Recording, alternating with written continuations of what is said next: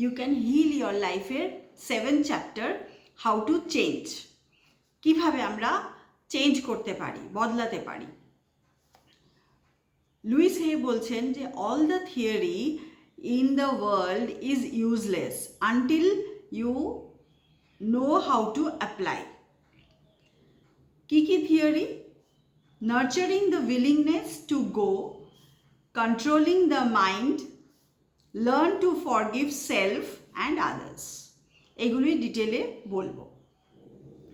উনি বলছেন যে যদি কেউ মনে করে যে নিজের জীবনটাকে আমি এবারে পাল্টাবো, অনেক একই জিনিস হয়ে গেছে আর নয়, এবার আমি পাল্টাবো, তাহলে প্রথমেই ওই মিররের কাছে গিয়ে, আয়নার কাছে গিয়ে বলো যে এইবার আমি নিজেকে চেঞ্জ করতে চাই। আমি বুঝতে পেরেছি যে আমি ভুল করেছি, যা কিছু আমার জীবনে হচ্ছে সব কিছুর জন্য আমিই দায়ী। এটা কেন? আমি কি করে দায়ী সব কিছুর জন্য? তার কারণ হচ্ছে যে নিউটনের একটা ল আছে, every action has an equal and opposite reaction. আমি যদি একটা বল দেয়ালে ছুঁড়ে মারি, সেই বলটা কিন্তু আমিই ক্যাচ করব, আমার পাশের বাড়ি নয়, আমার প্রতিবেশী নয়। সেটা হচ্ছে ইউনিভার্সাল ল, যে আমি যেটা ছুঁড়ে মারবো সেটা কিন্তু আমার কাছেই এসে পৌঁছবে। সেই জন্য বলে যে জীবনে যা কিছুই হচ্ছে সব কিছুই কিন্তু আমরা নিজেরাই সেটা তৈরি করেছি। আমি সেই ধরনের জিনিস কিছু করেছি, সে জবেই হোক, এ জন্মেই হোক আর অন্য জন্মেই হোক, আমি করেছি বলেই আমার কাছে এসে আসছে, সেই ধরনের বল আমি ক্যাচ করছি। তাই জন্য বলছে যে বলো গিয়ে প্রথমে যে আমি এবারে বুঝতে পেরেছি, রেসপন্সিবিলিটি নাও যে আমার জন্যই এগুলো ক্রিয়েট হয়েছে, কিন্তু আমি এবারে আমার জীবনটাকে আমি বদলাতে চাই। ইউনিভার্সাল ল এইভাবেই কাজ করে। উনি বলছেন যে do not ask how, just allow.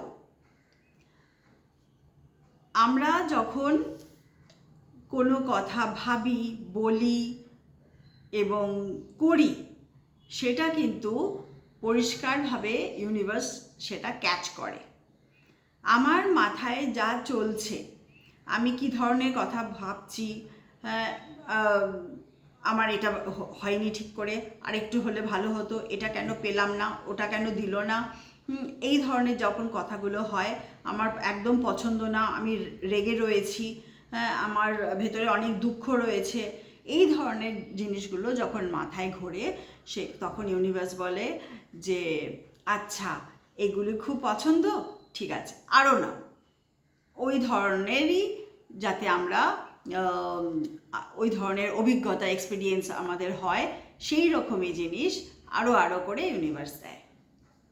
আর যখন আমরা ভাবি যে ঠিক আছে লাইফে অনেক কিছু পাইনি, কিন্তু অনেক কিছু তো পেয়েওছি, সেগুলোর দিকে আমি দেখি, আমার কাছে কি আছে, আমি কি পেয়েছি, সেইগুলো বেশি বেশি করে ভাবি, তখন ইউনিভার্স ভাবে এ তো খালি পেয়েছি পেয়েছি করছে, এ তো খালি আনন্দ করে রয়েছে, খুশিতে আছে, যেগুলো পেয়েছি সেগুলোকে বেশি কৃতজ্ঞতা বোধ জানাচ্ছে, তাহলে চলো একে আরও বেশি করে এই ধরনের জিনিসগুলো দিই, যাতে করে আরও খুশি হয়, আরও কৃতজ্ঞতা বোধ জানায়।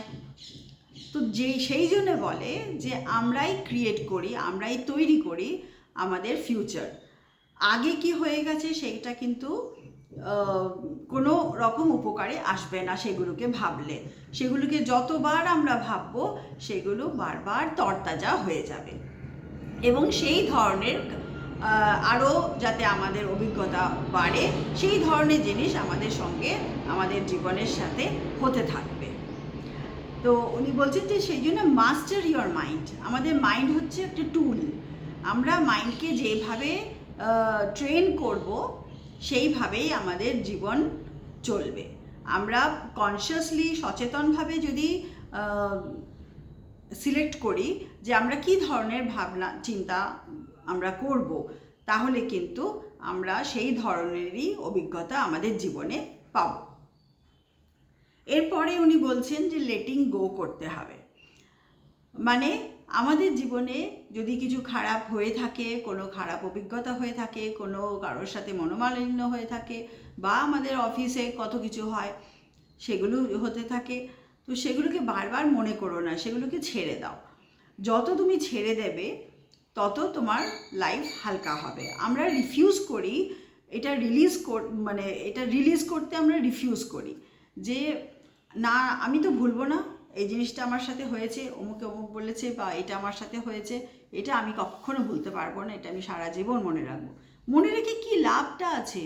কোনো জিনিসকে বেঁধে রাখলে কোনো লাভ হয় না, সেটাকে ছাড়লে আমি আরও নতুন কিছু পাওয়ার আশা রাখতে পারি, কিন্তু যদি সেটাকে বেঁধে রাখি সেটাতে আমি নিজেই হার্ট হব, আমার নিজেরই মানসিকভাবে শারীরিকভাবে আমি পুরো আটকে থাকবো, আমি এগোতে পারবো না, এটাই উনি বলছেন।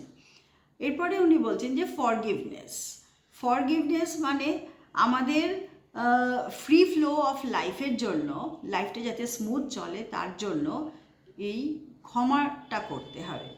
অনেক সময় আমরা নিজেরাই অনেক কিছু ভুল করি কিন্তু স্বীকার করি না।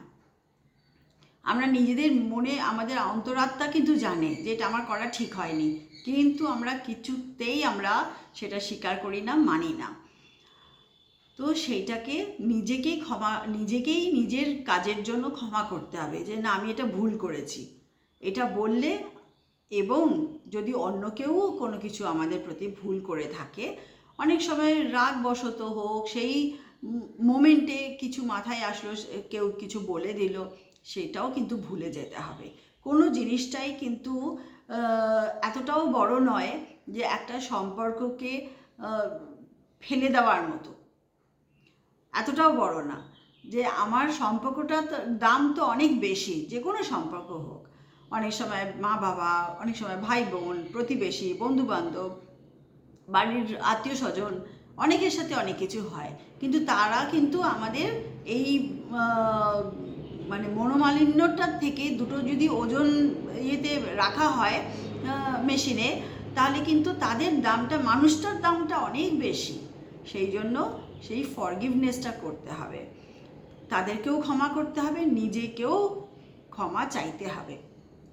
আচ্ছা, এই ক্ষমাটা আমরা সম্ভব হলে ডাইরেক্ট বলা, সম্ভব যদি না হয় আমরা যদি মনে মনেও চাই, তাহলেও কিন্তু সেই রিলেশনটা আবার ভালো হয়ে যাবে। কি করে হবে? আমি মনে মনে চাইলে কি করে হবে? আমরা মনে মনে যেটা বলি সেটা কিন্তু ওই ব্রহ্মাণ্ড সবটা ক্যাচ করছে, কোনো কিছু লুকোনো যায় না। আমরা অনেক সময় বলি থ্যাংক ইউ, কিন্তু মন থেকে না, সেটাও ক্যাচ করছে। অনেক সময় বলি সরি, কিন্তু মন থেকে মানলাম না, কোনো লাভ নেই, সব ব্রহ্মাণ্ড ক্যাচ করছে, আমাদের একটা জিনিসও লুকোনো থাকে না।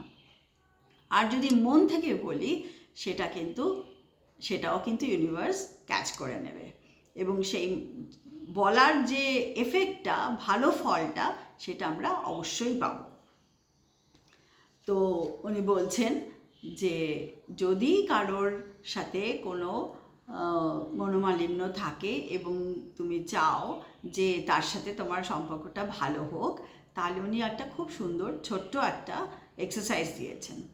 উনি বলছেন যে এটা ভাবো যে তুমি একটা থিয়েটারে বসে আছো এবং সেই থিয়েটারটা অন্ধকার, আর স্টেজের ওপরে সেই মানুষটি, সে তোমার মা বাবা হোক বা আত্মীয় স্বজন বা বন্ধুবান্ধব, যার সাথেই তোমার কিছু হয়েছে, তুমি সেখানে তাকে বসাও স্টেজের উপরে, তার মুখের উপরে আলো পড়ছে আর তুমি দেখতে পাচ্ছ সে খুব খুশিতে আছে, তার সাথে এমন কিছু হয়েছে যাতে সে খুব আনন্দে আছে, খুশিতে আছে। এটা কিছুক্ষণ দেখো, চেষ্টা করো দেখার। তারপরে সে আস্তে আস্তে ফেড হয়ে যায়, তাকে আর দেখতে পাচ্ছ না। এবার সেই জায়গায় নিজেকেও দেখো, নিজে বসে আছো, এবার নিজের মুখে সেই আনন্দ, সেই খুশি, সেটাও অনুভব করো। এইটা বেশ কিছুদিন ধরে দেখো, তাকেও খুশিতে দেখো, আনন্দেতে দেখো, নিজেকেও খুশিতে এবং আনন্দেতে দেখো। এইটা কিছুদিন করলে আস্তে আস্তে নিজেই বুঝতে পারবে যে নিজে অনেকটা লাইট ফিল করছো, এবং তার সাথে সম্পর্কটাও আস্তে আস্তে ঠিক হয়ে যাবে, ভালো হয়ে যাবে। এইটা একটা এক্সারসাইজ উনি বলেছেন। আরেকটা এক্সারসাইজ উনি বলেছেন, নিজেকে দেখো যে নিজেকে একটা ছোট্ট বাচ্চা বানিয়ে নাও। নিজেকে ছোট্ট বাচ্চা বানিয়ে তাকে দেখো যে সে 3 বছরের বাচ্চা এবং সে খুব কাঁদছে, সে তার মুখে ভীষণ কান্নাকাটি, একদম মানে খুব দুশ্চিন্তায় রয়েছে বাচ্চাটা। সেই বাচ্চাটাকে তোমার নিজেরই প্রতিচ্ছবি হিসেবে দেখো। সেই বাচ্চাটাকে তুমি হাত বাড়িয়ে জড়িয়ে ধরো আর বলো, কেঁদো না, আমি তোমার সাথে আছি, আমি তোমার সঙ্গে সব সময় থাকবো, আমি তোমাকে ভালোবাসি বলে সেই বাচ্চাটাকে আরও ছোট্ট সাইজ করে নিজের হৃদয়ের মধ্যে বসিয়ে নাও। এবার তুমি দেখো তোমার মা এবং বাবা দুজনেই 3 বছরের বাচ্চা এবং দুজনেই ভীষণভাবে কাঁদছে, তাদের মুখে ভীষণ চিন্তা, ভীষণ ভয়। তখন এইবার তুমি হাত বাড়িয়ে তোমার মা আর বাবাকে অনেকটা আশ্বাস দাও যে তোমরা কেঁদো না, ভয় পেও না, আমি তোমাদের সাথে আছি, আমি তোমাদেরকে ভালোবাসি, সবসময় তোমাদের জন্য আছি। এই বলে তাদেরকেও আরও ছোট্ট সাইজ করে নাও, করে তাদেরকেও দুজনকেই, মা বাবাকেও নিজের হৃদয়ের ভেতরে বসিয়ে নাও। এইবার কেন উনি বলছেন এটা করলে যে তোমরা সবসময় ভালো থাকবে, উনি এইটা এই কারণে বলছেন যে আমরা সবসময় কিন্তু মা বাবার সাথে যুক্ত, তাদের তারটা কিন্তু নিজেদের মা বাবার সঙ্গে যে তারটা রয়েছে সেটা সব সময় রয়েছে, সেটা তারা জীবিত থাকুক বা না থাকুক। যেমন একটা মোবাইলের চার্জারের মানে বেশি ভ্যালু, চার্জ দিলে মোবাইলটা চলবে, না দিলে চলবে না। আমাদের জীবনও তাই, মা বাবাকে যদি আমরা উপযুক্ত ভালোবাসা এবং স্থান, কৃতজ্ঞতা বোধ না দিই, আমাদের জীবনটা কিন্তু, মানুষের জীবন স্মুথ হয় না। সেই জন্য মা বাবাকে সবসময় প্রাণে বসিয়ে রাখা, তারা সামনে থাকুক, দূরে থাকুক, বা মানে জীবিত থাকুক বা না থাকুক, কিন্তু তাদের সাথে যে তারটা, সেই তারের মধ্যে আমাদের সবসময় সম্মান, ভালোবাসা, কৃতজ্ঞতা বোধ এইটা রাখতে হবে, তবে আমাদের জীবন চলবে। তারা হচ্ছে আমাদের মানে চার্জার, তাদের সাথে, তারা সোর্স অফ এনার্জি, তাদের জন্যই আমরা আছি।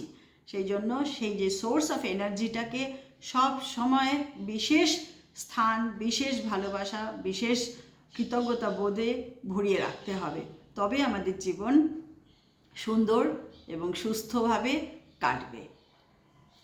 ধন্যবাদ।